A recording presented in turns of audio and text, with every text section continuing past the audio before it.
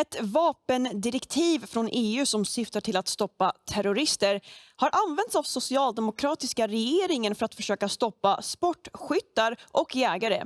EU-kommissionen väljer nu att stämma svenska staten för att man inte följer vapendirektivet. Innan jag släpper in min gäst Kalli Folin så tänker jag att visa några klipp för er. Och det är det här som Morgan Johansson och Socialdemokraterna vill förbjuda.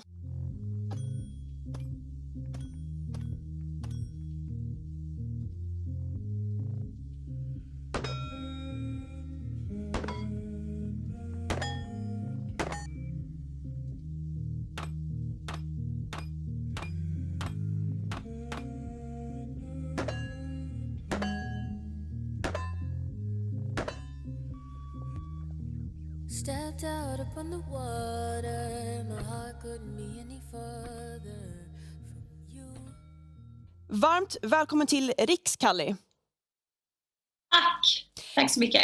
Kul att vara här. Du är ju sportskytt och debattör gällande vapenfrågor. Hur ser du på det här vapendirektivet? Nej, men jag känner nog att som sportskytt och jag tror även jägare känner detsamma, att de är trötta på att bli behandlade som potentiella terrorister, och EUs vapendirektiv handlar främst om att försvåra för legala vapenägare. Vanliga hederliga människor får helt enkelt klä skott för att politikerna inte tar tag i de riktiga problemen med de kriminella gängen i samhället. Det verkar som att våra politiker inte förstår att de kriminella struntar fullständigt i om det är svårt att få tag i legala vapen. De går inte och söker licens för att inneha ett legalt vapen, eller ännu mindre licens för att få en vapendel eller magasin med avseende att förnya de här licenserna vart 50 år. Och kan du berätta lite mer om den sporten som du utövar och hur det här vapendirektivet skulle påverka dig? Jag håller ju på med sportskytte, så man skjuter på olika mål med pistol och gevär. Jag håller även på med långhållsskytte, så kallat PRS. Och det här nya vapendirektivet, det kommer ju om det implementeras på miniminivå, finnas undantag för just målskytte, det som vi håller på med. Men det kommer att reglera magasinsstorlek på jägare som använder studsare till exempel. Det kommer att uppgifter som finns i vapenregistret kommer behöva sparas i 30 år istället för 20 år och lite sådana saker. Och vad innebär det för dig som sportskytte då? Nej, men alltså implementeras det på miniminivå, så med tanke på att Sverige redan har så pass strikta vapenlagar så kommer det ju att ändå, det kommer ju inte att påverka oss avsevärt. Jag kan ju tycka att med tanke på, jag kan inte förstå varför vi har det här vapendirektivet från första början. I det initiala skedet så var det ju ett helt galet förslag med krav på medicinska tester och förbud på semiautomatiska gevär. Att magasin skulle ses som en vital vapendel som kräver licens och så vidare.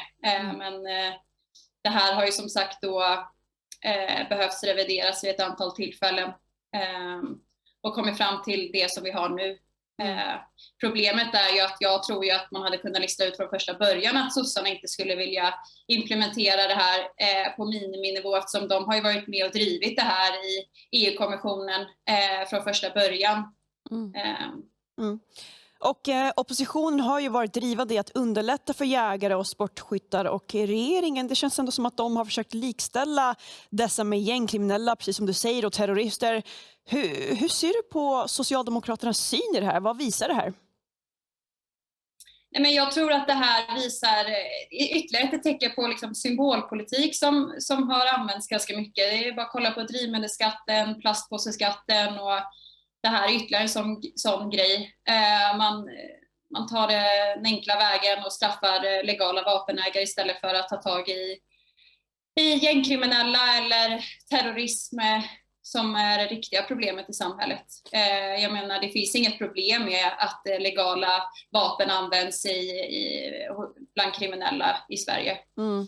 Så man försvårar för vanligt folk samtidigt som det kanske inte ger så mycket effekt helt enkelt. Ja, exakt så. Det är tyvärr. Har du någonting som du vill säga till Morgan Johansson och Socialdemokraterna? Det är väl att de får sluta straffa vanligt hederliga människor som bidrar till samhället och ta tag i de riktiga problemen. Vi är trötta på att bli behandlade som terrorister. Ja. Tack så jättemycket, Kalli. Tack! Och tack allihopa för att ni tittade på Riks.